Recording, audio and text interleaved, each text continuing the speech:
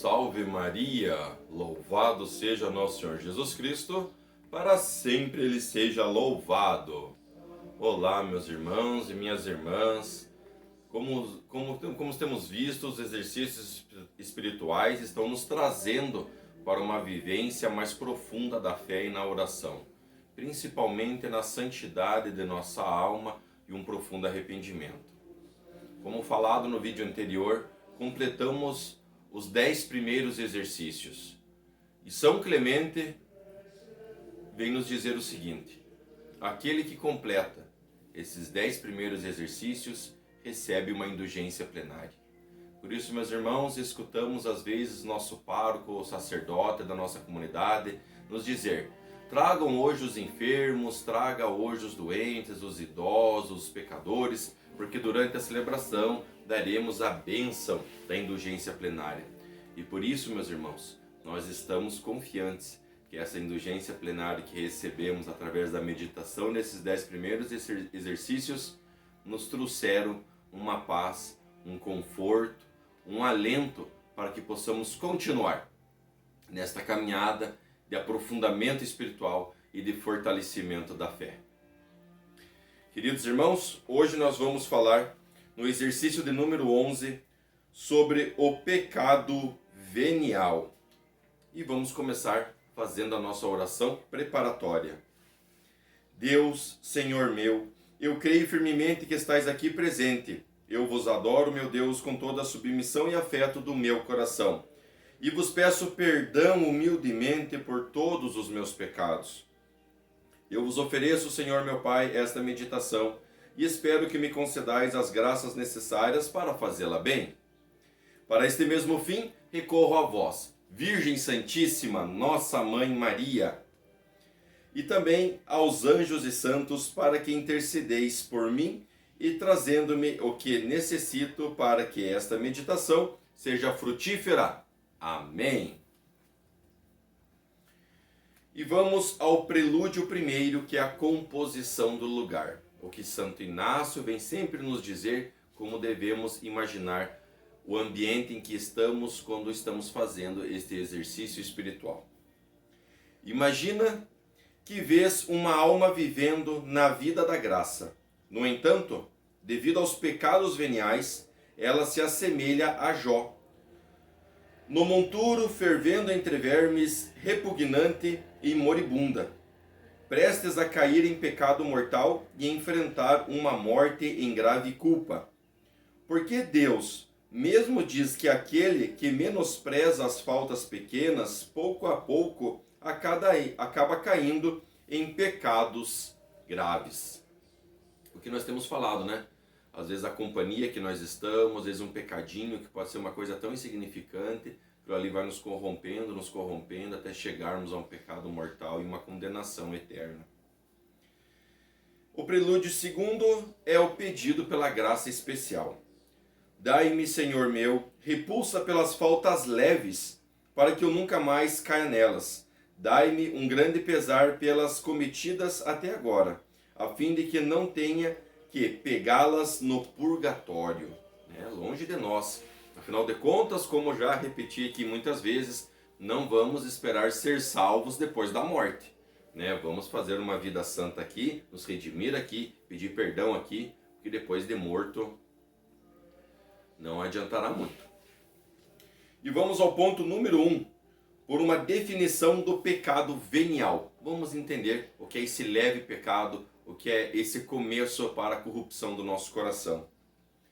Pondera, alma minha, sobre o que é pecado venial. Por que é assim chamado?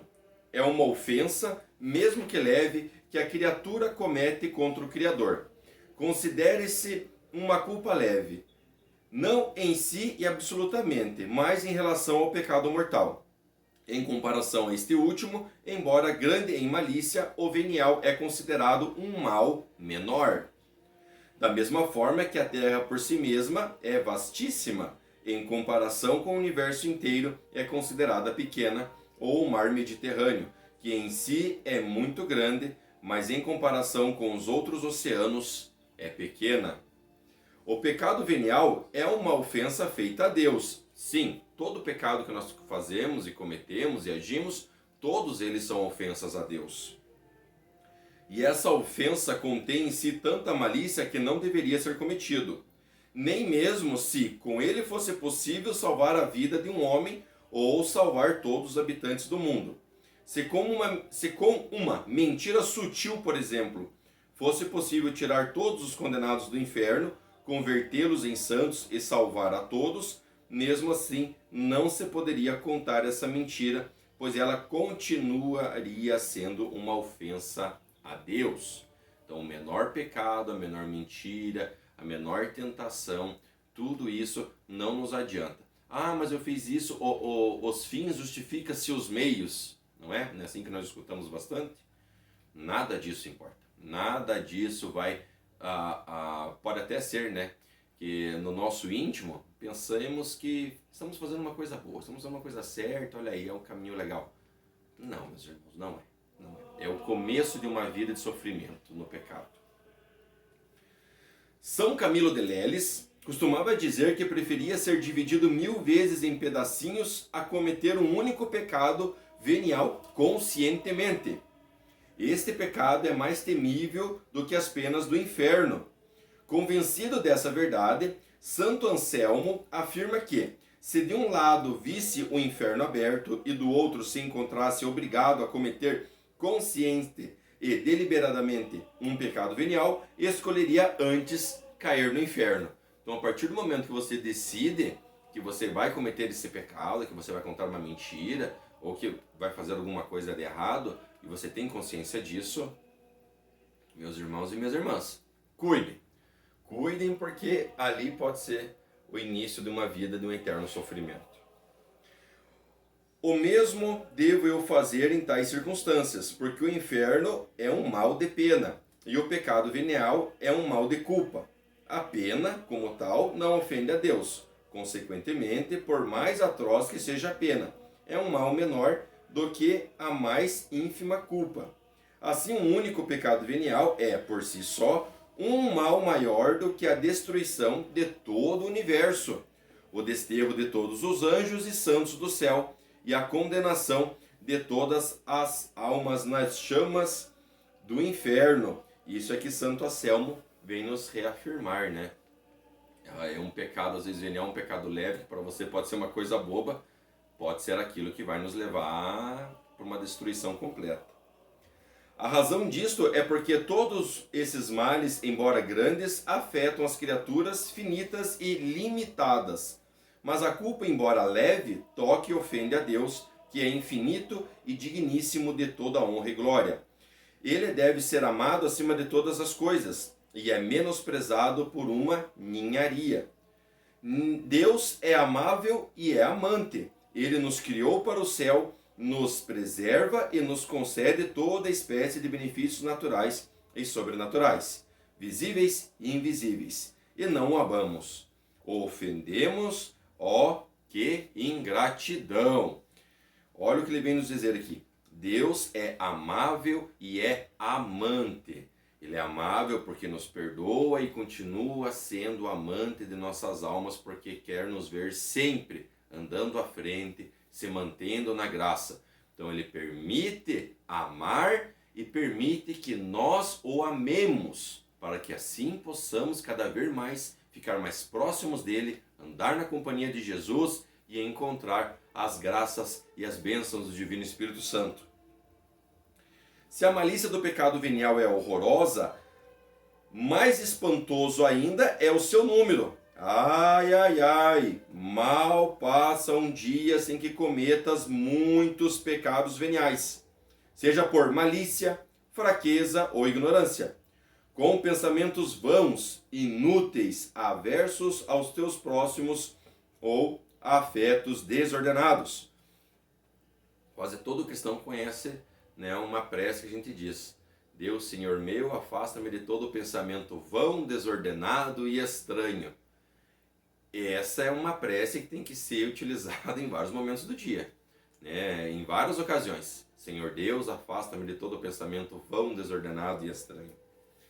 Com palavras ociosas, soberbas, soltas, ásperas e mentirosas, com ações e omissões, na comida e na bebida, ao deitar, ao levantar, com atos de preguiça, nas praças, nas ruas, nas casas e nas igrejas, no modo de andar, de olhar e noutras maneiras. Quantas faltas não cometes até nas coisas boas, fazendo-as sem esmero, com tibieza, frouxidão e distrações voluntárias, com a infidelidade às inspirações de Deus. Tantas e tantas são as faltas que cometes, que se pode dizer que excedem o número dos fios do cabelo da tua cabeça. E como temos cabelos, como temos fiozinhos, muito fininho, né? Mas se for contar tudo aquilo ali, né? Se for considerado, né, cada fio de cabelo que nós temos um pecado venial, misericórdia, Senhor, né? Misericórdia. E assim concluímos o nosso ponto número 1, que é entender o que é esse pecado venial, este pecado leve, né? Às vezes que passa despercebido de nós, até mesmo no ato de confissão. Quando buscamos esse sacramento, às vezes esses pecados veniais ficam esquecidos na nossa mente, dentro do nosso coração, porque para nós, e conscientemente, podemos pensar o seguinte: este pecado não é um pecado, e ele é. Só que às vezes inconscientemente, e às vezes até conscientemente, não tem importância eu falar disso, porque é uma coisa boba, uma coisa sem sentido. Isso aqui nem deveria preocupar o sacerdote que está me escutando disso.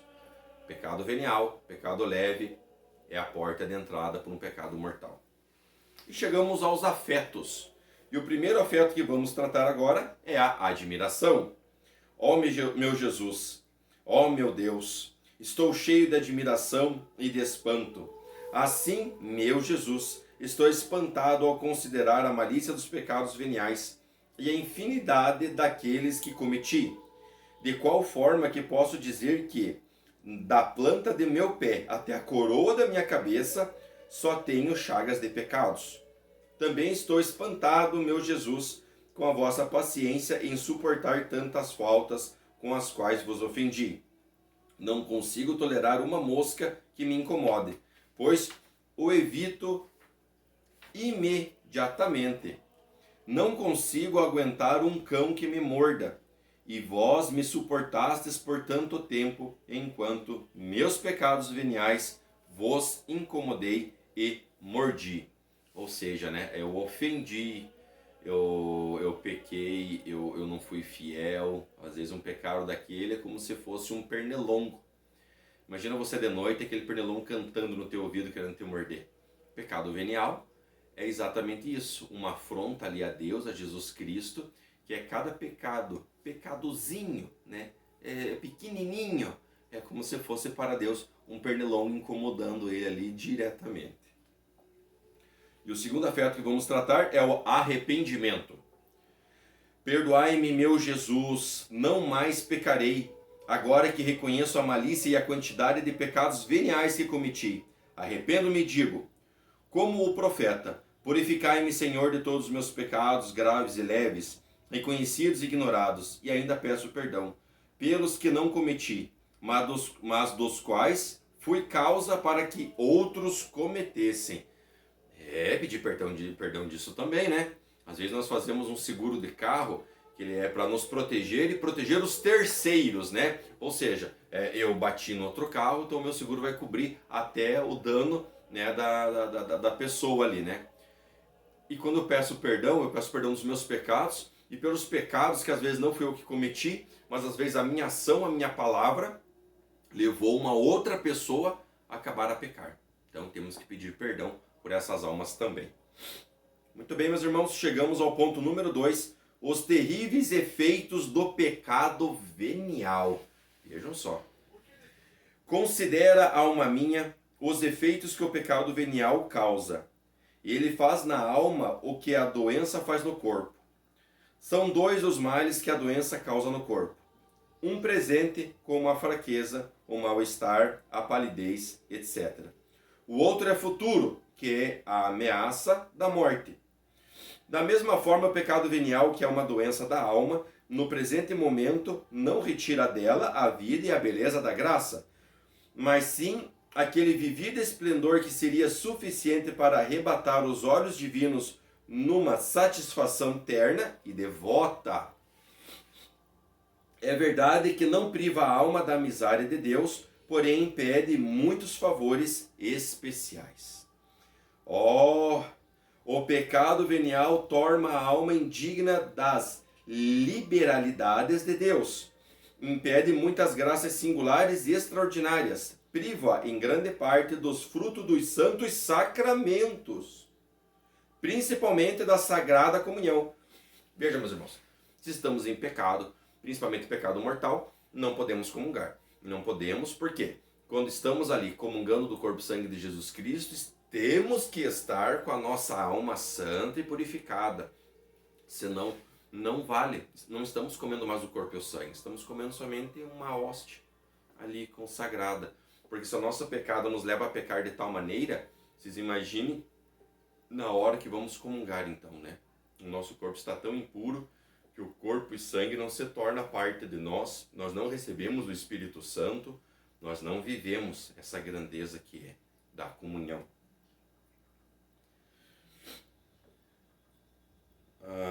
E assim como o corpo, os humores viscosos entorpecem o movimento e os sentidos nos pecados veniais.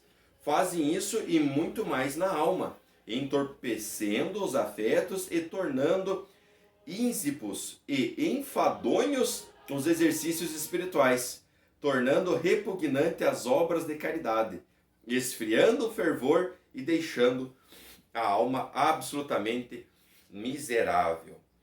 Deixa eu ver aqui, eu tinha anotado aqui um parágrafo do nosso catecismo, que eu acho que vai bem ao sentido aqui, ó. No parágrafo 117, na parte número 2. O sentido moral. Os acontecimentos relatados nas Escrituras devem nos conduzir a um justo agir. Eles foram escritos como advertências para nós. Por que eu cheguei nesse ponto aqui, que eu falei aqui do catecismo? Porque o nosso evangelho de hoje vai nos falar exatamente da figueira estéril. É uma parábola de Jesus Cristo que está dizendo: nós somos uma figueira e nós somos realmente um fruto santo de Deus. Estamos ali. Mas através dos pecados veniais, dos pecados leves, nós não estamos gerando fruto. Ou seja, nós não estamos agindo com a vontade de Deus. E nesta parábola, o vinhateiro vem dizer ao Senhor: espera, Senhor, vamos esperar mais um ano. Eu vou adubar esta figueira para, quem sabe, no ano que vem ela possa gerar frutos.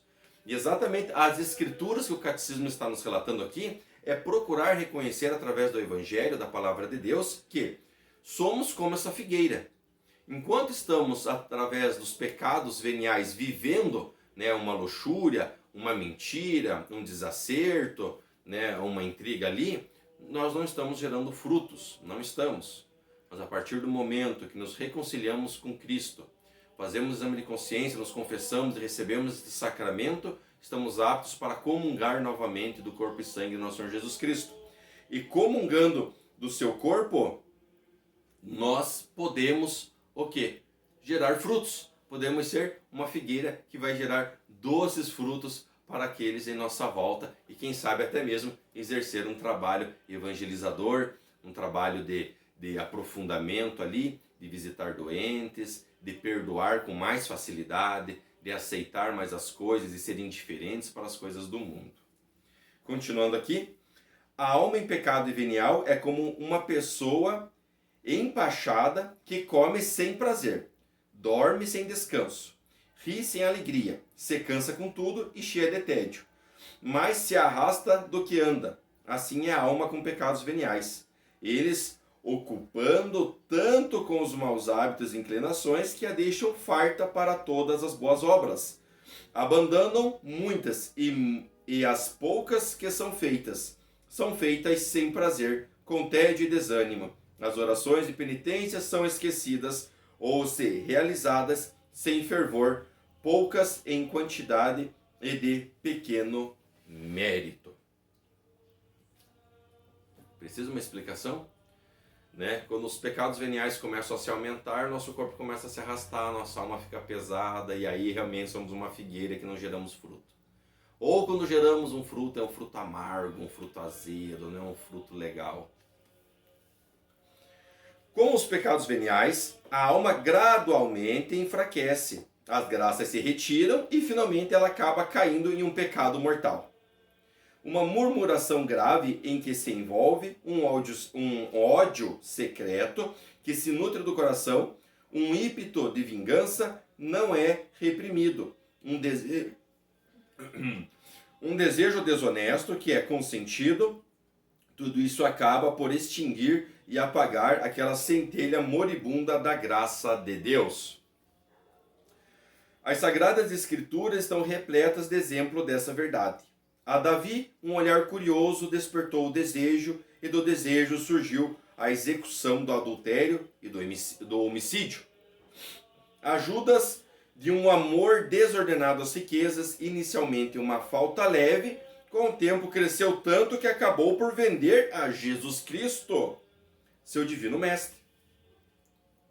Os judeus começaram com uma leve emulações e inveja dos milagres e prodígios que Jesus Cristo realizava.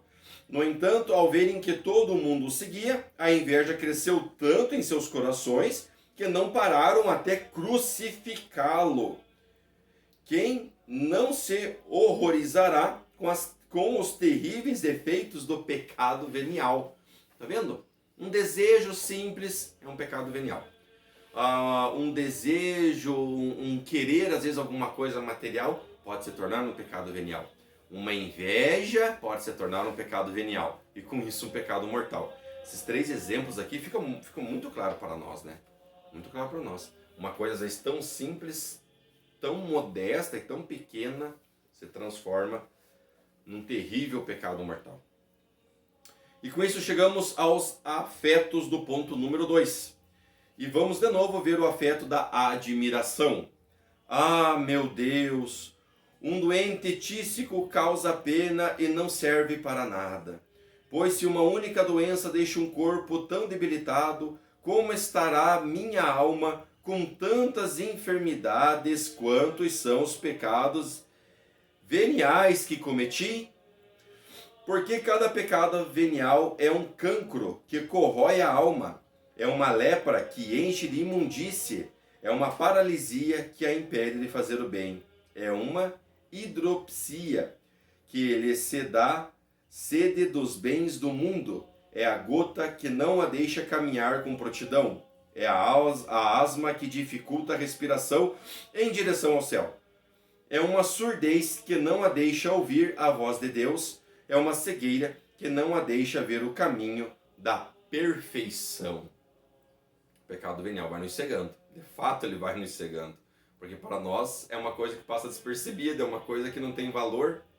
Mas é aí que mora o perigo, né, meus irmãos? Né, minhas irmãs? E o segundo afeto que vamos ver é a súplica. Ó meu Jesus, filho de Davi, tende piedade de mim. Assim como tivesses piedade do cego à beira do caminho de Jericó, fazei-me ver, limpai-me, Senhor, assim como limpastes o leproso. Ó Jesus, meu Redentor, ó verdadeiro samaritano, derramai o óleo da vossa misericórdia e o vinho da graça divina sobre as minhas feridas e chagas, que os ladrões, que são os pecados veniais, abriram. Observai, Senhor, como roubaram minhas virtudes e méritos, deixando-me morto neste caminho. Os pecados veniais, os pecados leves, vão nos acumulando de tal maneira que logo mais à frente vamos estar caindo na beira de uma estrada, mortos, chagados, porque todo o peso daquele pecado leve, o pecado venial, se transformou num pecado tão mortal que perdemos a nossa alma. E vamos adiante, meus queridos irmãos, porque vamos ver agora o ponto número 3, as penas devidas pelo pecado venial. Estamos acompanhando, entendemos o que é o pecado, entendemos o que ele faz com nós e agora quais são as penas deste pecado. Um meio oportuno para compreender a malícia do pecado venial é observar as penas com as quais Deus o tem castigado, considerando que aquele que castiga é um Deus sábio, o qual não age por ignorância. É um Deus justo, que não se deixa levar pela paixão. É um Deus misericordioso, que por isso está mais inclinado a perdoar do que a castigar. É um Deus bom que não castiga senão por necessidade. E além disso, castiga o pecado venial em uma alma que está em graça, que é sua amiga e herdeira do céu, e ainda assim a castiga. Oh, como deve ser grande a malícia do pecado venial! Nas Sagradas Escrituras encontramos inúmeros exemplos. Maria, irmã de Moisés, por ter murmurado levemente contra seu irmão, o Senhor a castigou repentinamente com a repugnante doença da lepra. Quem já leu as Escrituras e acompanhou toda a vida de Moisés, o que aconteceu desde que ele foi perdido, foi adotado, cresceu, encontrou a família, seu irmão encontrou, vai lembrar dessa passagem. Seguimos aqui nas passagens bíblicas. A esposa de Ló, quem não lembra? Deus a castigou e a transformou numa estátua de sal por ter pecado de modo venial ao voltar os olhos para a cidade, por curiosidade e contra a ordem do Senhor. Por uma pequena desconfiança na qual Moisés e Arão incorreram, ambos não entraram na terra prometida. E é verdade. Tanto Arão quanto Moisés, mesmo caminhando aquela jornada de 40 anos no deserto, eles conseguiram somente espiar o que seria a terra prometida, mas morreram sem antes conseguir entrar. Foi Josué, né, que conseguiu continuar essa caminhada, e ele sim, né, cumpriu a promessa de Deus, chegou à terra prometida. As mortes de Nadab e de Abiú, filhos de Arão, a morte de Uza e de Anamias e Safira, e muitas outras ocorreram por faltas leves. Quem não temerá? Quem não terá cuidado ao cometer semelhantes faltas? Veja, meus irmãos, quando eles falam aqui dos filhos de Arão, a morte de Uza, de Anamias e Safira, os filhos de Arão é Nadab e Abiú. Por que eles morreram? Por também curiosidade. Assim como a esposa de Jó, que não deveria olhar para trás, mas olhou e se transformou numa estátua de pedra, eles não deveriam entrar na tenda onde o Espírito Santo do Senhor estava habitando. Isso deveria ser somente pelos altos profetas, no caso ali os levitas, né, que deveriam nos momentos apropriados. E eles foram por curiosidade apenas, entraram lá e morreram, perderam suas vidas. Porque desafiaram novamente o Senhor. Quem não terá cuidado ao cometer semelhantes faltas, Deus castiga não apenas as faltas leves com essas penas, mas também as pune com outras ainda maiores no purgatório. Por uma mentira sutil, por um sorriso menos decente, por uma palavra menos honesta, por uma pequena murmuração, etc, etc, etc. São tantas coisas que podem nos fazer realmente ficar penando uma vida eterna de sofrimento, ou quem dera, né? Vamos pensar o seguinte, eu mesmo sendo pecador, pelo menos eu desejo a graça de conseguir chegar até o purgatório, né? Que do purgatório nós sabemos que vamos ficar lá purgando, né, os nossos pecados e ir para o céu.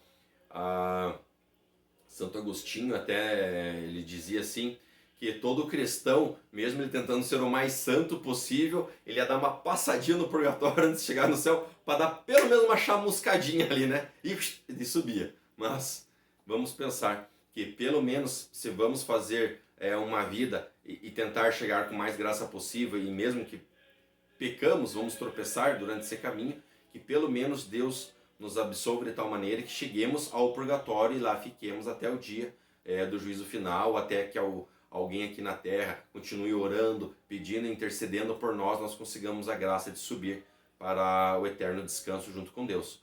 Mas o pior cenário que pode acontecer é nós ir pecando, se transformar num pecado mortal, não nos redimir disso e acabar indo para o inferno.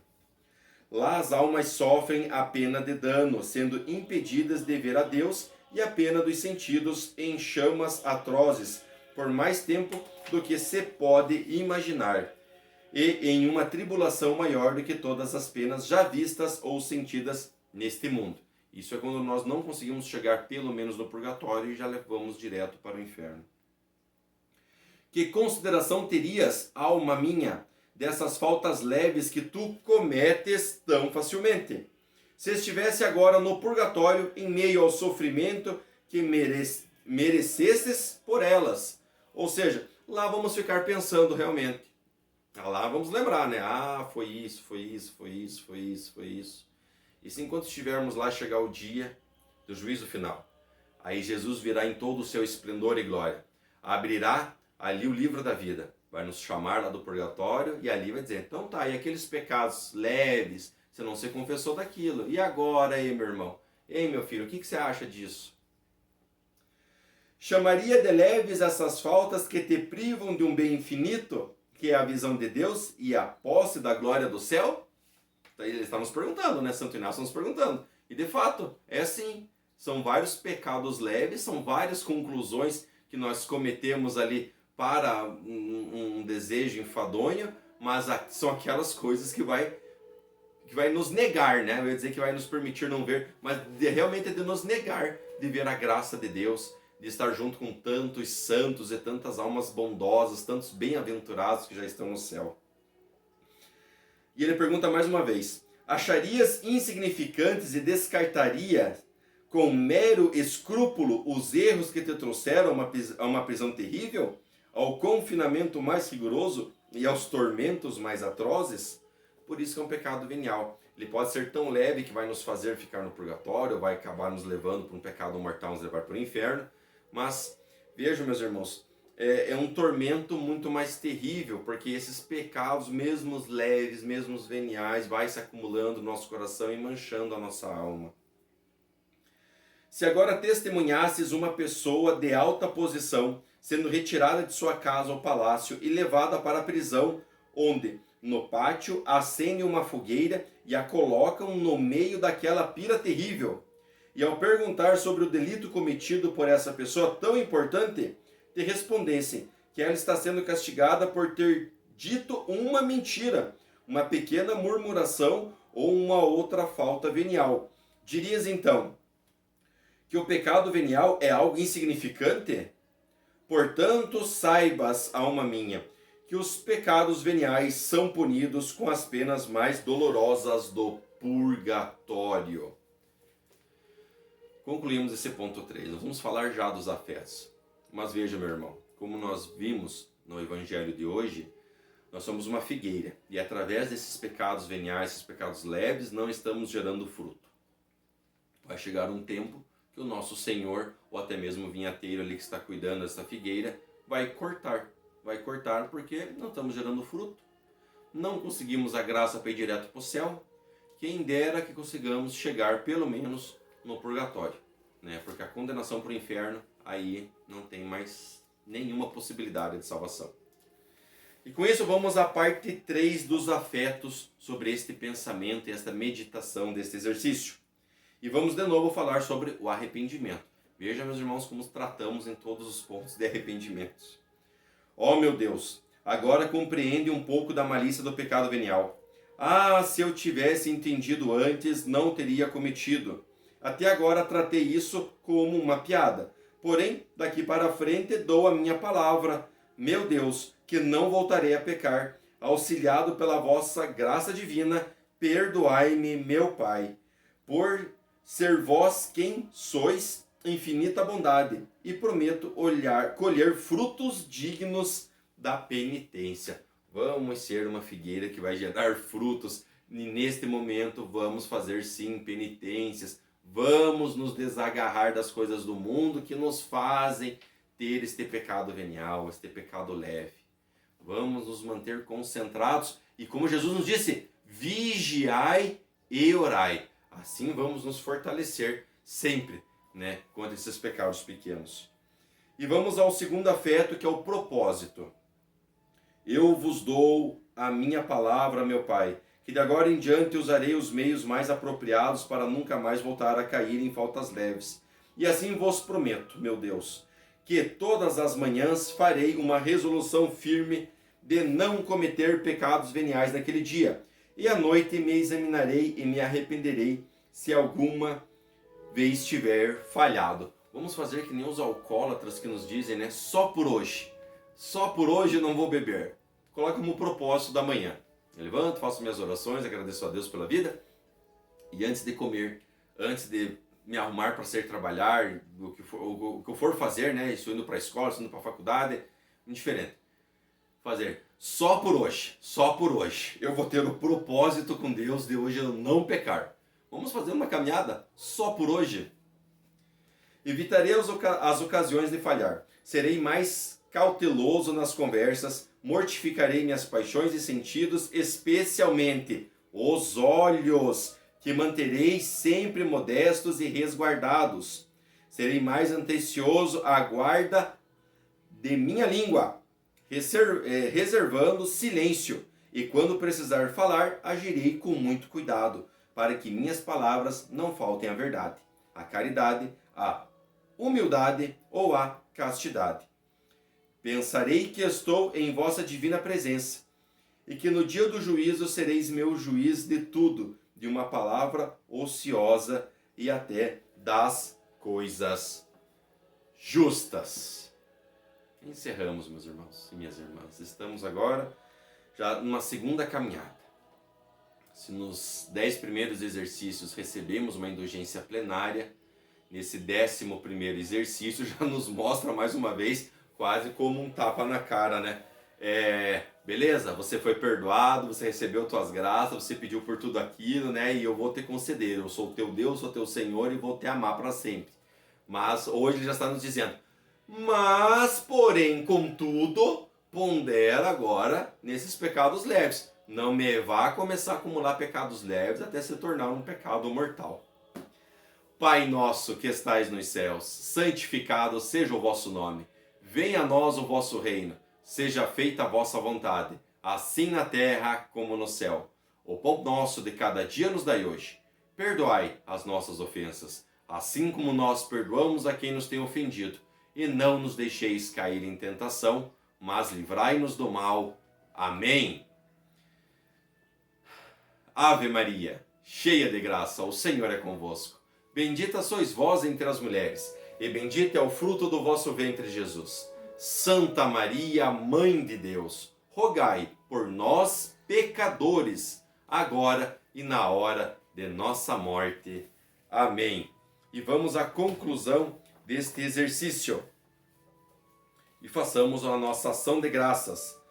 Dou-vos graças, meu Deus, pelos bons pensamentos, afetos e inspirações que me comunicastes nesta meditação.